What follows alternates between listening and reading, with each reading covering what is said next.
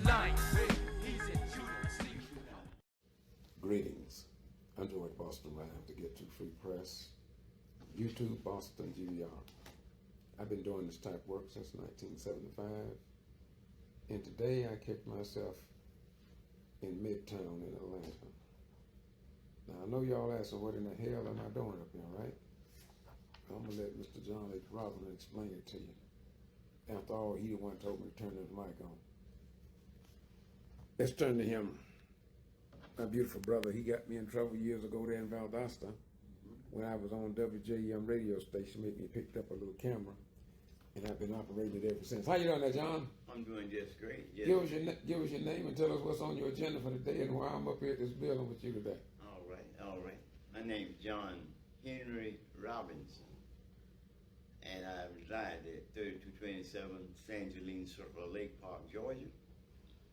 And I'm up here at Colony Square, 1175 Peachtree Street, Northeast, Midtown, Atlanta. On the 17th floor of a high-rise. I always call it downtown, but it's Midtown. One of the most exclusive areas in the city of Atlanta. Coming from ground zero to a major accomplishment. What I mean by ground zero, I was born in Valdosta, Georgia, in a little place called Cherry Creek, on a farm of 250 acres. 1954, by a midwife. And I lived on that farm and I experienced real freedom, because it was on a farm that was owned by black people. And my grandfather was not the owner, but the owner was a black man named Jim Woods, and he didn't charge my grandfather any rent or anything for the property. He just let him live there to keep the farm up, and we farmed it. And he said that if anyone would purchase it, it would be Elder Shanks, my grandfather. I lived with my grandfather for 3 years, from age of 6 to the age of 9. 1963, we left Valdosta and went to a little place called Indian Town with a gentleman by the name of Rufus Robinson, whom I bear the name of, who was my stepfather. Well, we went to a little place called Indian Town in 1963. I believe it was during the month of September. And him and Mom didn't quite make it, and they separated. And Mom met a gentleman from Baton Rouge, Louisiana. His name was Elijah Wiggins, and he was a fruit picker, a migrant worker. And April 22nd, I celebrated my 10th birthday on April 21st, but April 22nd, we left Indiantown, Florida, on something called a fruit tramp bus. Okay? That's where a bunch of migrant workers get on a contract to work with fruit contractors to harvest fruit as migrant workers from the bottom of the rail. Everyone that was on this fruit tramp bus, I mean, it was packed as a regular school bus that's approximately 35 or 40 feet school bus, a regular school bus, but they used it for a harvesting. And it was called the fruit tramp bus. So everybody see everybody on there, they call them fruit tramps. And we came all the way from the bottom on the fruit tramp bus, and we went to New York, and I crossed the Golden Gate Bridge. But the contractor didn't get the contract in New York to pick apples or something. And he ended up going back to Benton Harbor, Michigan, where we ended up spending almost a lifetime there. And my parents, Elijah and Mom, they spent 42 years in Benton Harbor, 65 miles north of Chicago. There, I grew up watching some abuse. And when I went through that, I went to the streets and I got in a lot of trouble. And the trouble I got into,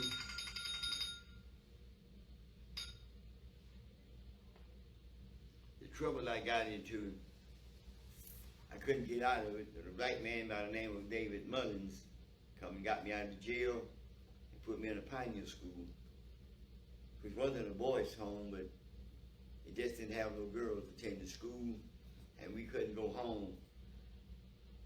In other words, yes, we couldn't go home for 90 days, and then after the 90 days was up, then they let us go home, and when we leave, we couldn't leave, wasn't allowed to leave the premises. So anyway, long story for that, short story for that, but I ended up quitting school, went back and got my GED, and I ended up working for citrus companies as a laborer, worked my way up through, became an industrial mechanic, then to a certified welder, and then became a specialist for the state of Florida for doing massive drawbridges. And I say that to say this, from ground zero to being able to sit here in Midtown on the 17th floor of a high-rise is the greatest accomplishment from ground zero, from riding the fruit tramp bus. There's a lot in between this story that I'm telling. There's a book called Chicken Scratch that I've written that you can find on Amazon and Barnes & Noble. Got my life autobiography in it, and it tells about how we got here and the rough, rugged road it took us to get here. This is my son, MARCULUS. Hello, hello. And he's an engineer, civil engineer. And John Cornelius Robinson, he's an architect. He went to Savannah School of Art and Design, SCAD, and he's an architect. He'll be here shortly to join us. But this is a major accomplishment for our family. To be sitting downtown in Midtown, Atlanta, one of the most exclusive areas in the city. Ma, congratulations. Oh, thank you, thank you. It's truly a blessing, and I'm honored to be in such a position. We didn't have any idea, of this journey. 10 years ago, I didn't know I was going to be in Midtown. 5 years ago, when we started this company, didn't know we were going to be in a Class A office.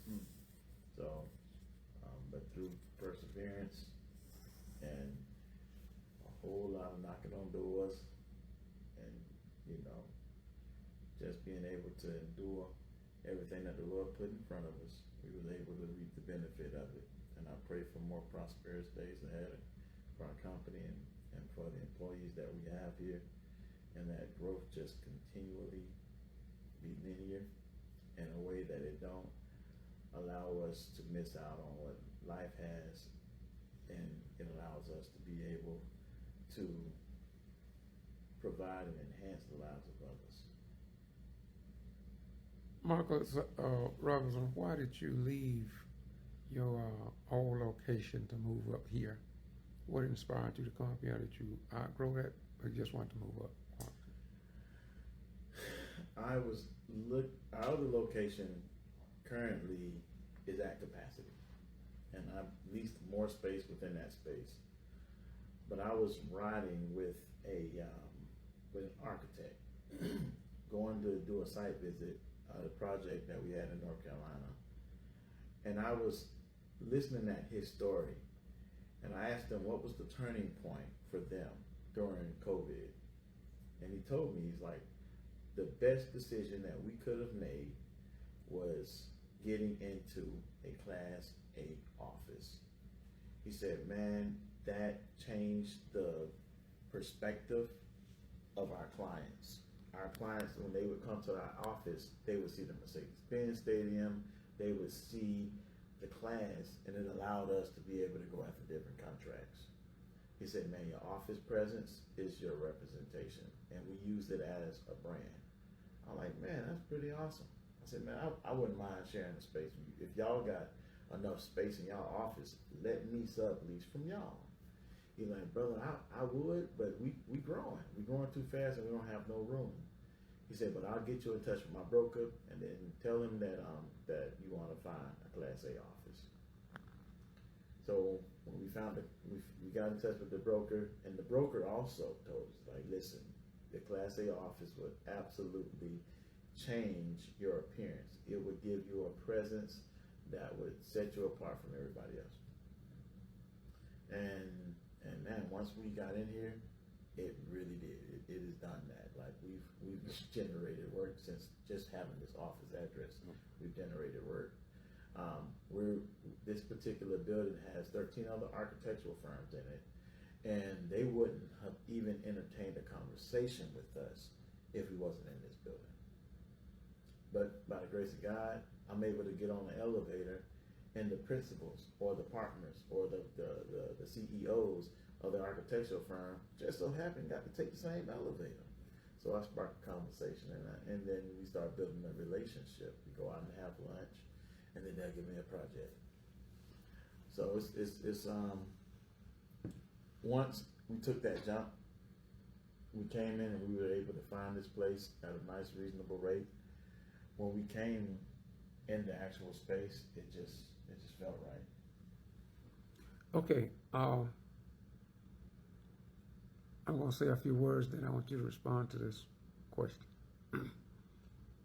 I'm from the farm, and if I ask you what was a sweet stop, would you know what that is? I wouldn't. What about a singer tree? I wouldn't. Back band? I wouldn't. Side dressing? Side dressing? A side dressing, yeah. I wouldn't. Okay.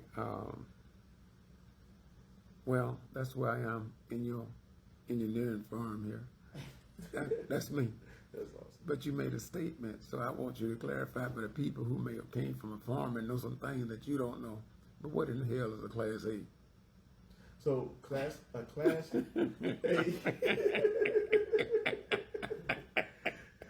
So you have regular office spaces, all right? And the office space would be like my office space that's in Norcross, Georgia. I'm keeping that office space because I plan on also expanding large enough. I want to have about 25 employees work for. I want at least 5 or 6 at that office in Norcross, and then the remainder to be in this office location. So a Class A office generally comes fully furnished. It's modern. They update it yearly so that it stays trendy with the market.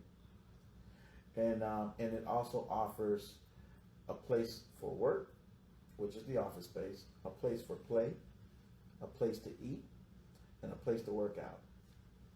So we have an indoor gym. They give aerobics and yoga courses.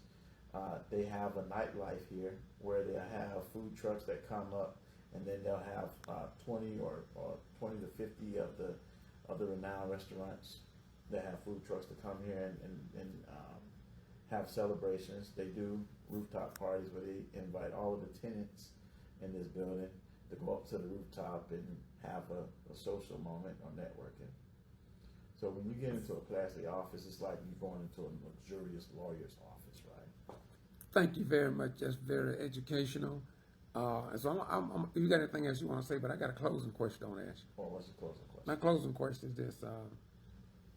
I'm from the farm, and I could talk about a whole lot of other things that you probably could not explain or neither define or know what it is. So how did you, short form, introduce your brain to the career field that you're in? Who inspired you to be able to reach this pinnacle of the temple at this time? Yes, well, I was 13 years old. My daddy said, let me show you how to draw an isometric. But at the time, he had a red it was a yellow 1972 Stingray Corvette. And we got one of those the repair manual booklets. And he said, let's break down this 5-speed Munchie transmission. And he showed me how to find the center of that page. He showed you how to do what? Find the center of the page that we were working on. First, we got to side up that desk, side up that table. And it was a piece of glass that came out of a window of some sort, and we put a board underneath it to stabilize it on that desk so that, because they were working at a shop, you didn't want to get my paper dirty. And we taped that page off, 24 by 36. It was right out of a sketch pad, and we found the center. Once we found the center, we were able to start plotting points. And we found the different perspectives that was reflected from the drawings of that transmission. And then there I started learning about pitch and duration, measuring the gears, and I drew that thing isometrically. Pop showed me how to do the first little part, and then I took off from there. That's right. And it inspired me to be a mechanical engineer. Well, man, you sure put that very brief to the point in a way that I can appreciate it.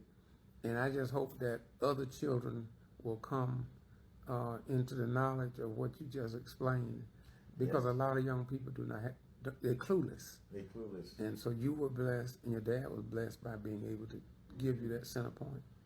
There are programs out there. I have to shout them out. Mm-hmm. There's a program called ACE. It's Architects, Contractors, and Engineers. And what ACE does is they target high school students and middle school students in the underprivileged areas, and they mentor them for 2 weeks.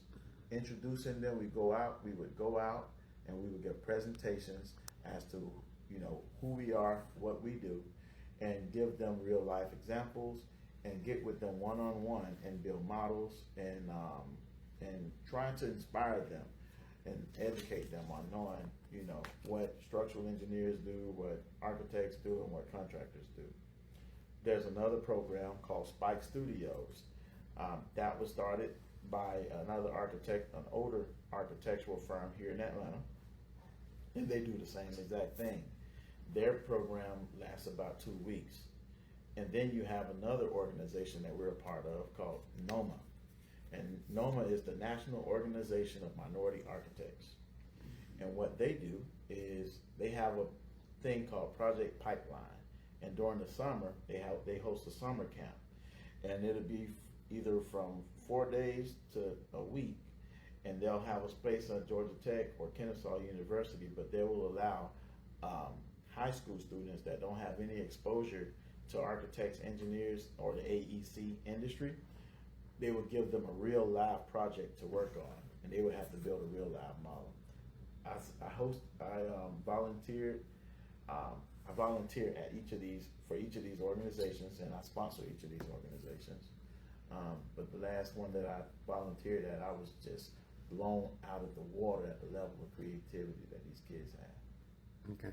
All right. Thank you very much. And give me your name once again, and the name of your business, and a little contact information for my subscribers. Well, my name is MARCULUS Robinson. I'm a licensed professional engineer. The discipline of my practice is structural engineering. I am a managing partner of Strive Engineering Group. My phone number is 770-215-8483. I can be reached via email at mrobinson@striveeng.com. Thank you very much. Thank you for your time. I know you're a very important man. Thank you for taking this time out to talk to the people in Valdosta and across the United States, because that's where this will be going. Brother, I shake your hand, and I commend you for where you came from, where you are, and only God knows where you're going. That's my closing remark. Now, Dr. Roberts, closing out there. Well, I dedicate this to his mother, who's long gone, passed away in January the 14th, this past year. And I say this in closing. I was born by the river in a little old tent. And just like a river, I've been running ever since. See, it's been a long time coming, but I knew this change was gonna come. Oh, yes, I did. See, sometimes it was hard living just above the ground. But now I thank God that I'm able to be in Midtown. Yes. Well, it is right now. All right, he ended right there, and I'm going to say to you that as he was singing there, I could feel the joy and the pleasure and the peace, and how much he appreciated seeing his son elevated to this level. He included Terry, his wife, who was a community cook, among many other things. She would help anybody on the street. I met this family, I think it was in the late 90s. That's right. And this is my best family friends I have in the world. Doc is my best friend. And I remember a few days ago, somebody, they had a gathering, they came over to me and they said, I see you and Doc still carrying that same relationship y'all always had. I said, well, neither one of us have any place else to go. And so I'm here today. He tricked me up into Atlanta today to get me a cup of coffee. So I came all the way up to Midtown and did the 17th floor to get me a cup of coffee, if you properly understand where I'm coming from. Once again, this is the Get To Free Press. George Boston Rhymes saying, behold how good and how pleasant it is for brethren to dwell together in unity. For it is like the precious ointment upon the head that ran down upon the beard, even Aaron's beard, as the dew of Hermon, and as the dew that descended upon the mountains of Zion. For there the Lord commanded the blessings, even life forevermore. Yes. And this is all about life, y'all. That's right. Life. The big life. The elevated life. Peace in and peace out. Peace. God bless. God bless. Okay, good. Yes, sir. Yes, sir. I like that. You got it. Oh, Yeah. thanks. Yes, All sir. right, all right. Okay. Yeah.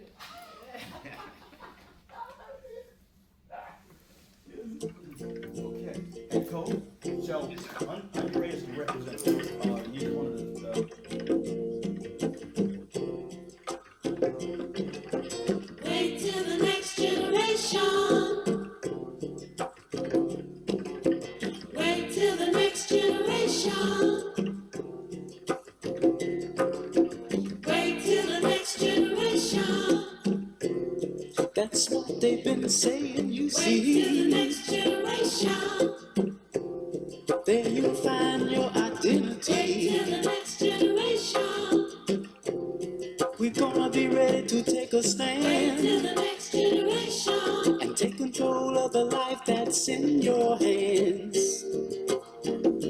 All along the road, freedom and democracy, gaining moral strength, wisdom and stability.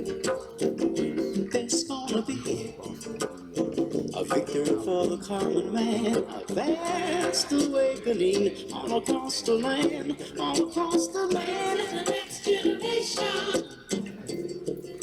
Apathy's gonna be hard to Wait till the find. next generation. We're gonna select the things that go into our Wait mind. till the next generation. Andre is the representative. We're gonna shape our own Wait destiny till the next generation. and alter the face of history. All along the road, freedom and democracy, gaining moral strength, wisdom and stability. There's gonna be a victory for the common man, a vast awakening all across the land, all across the land. To the next generation. This I want you to Wait till the understand. next generation. I ain't gonna, Wait till the next generation. cause This is the next generation, man.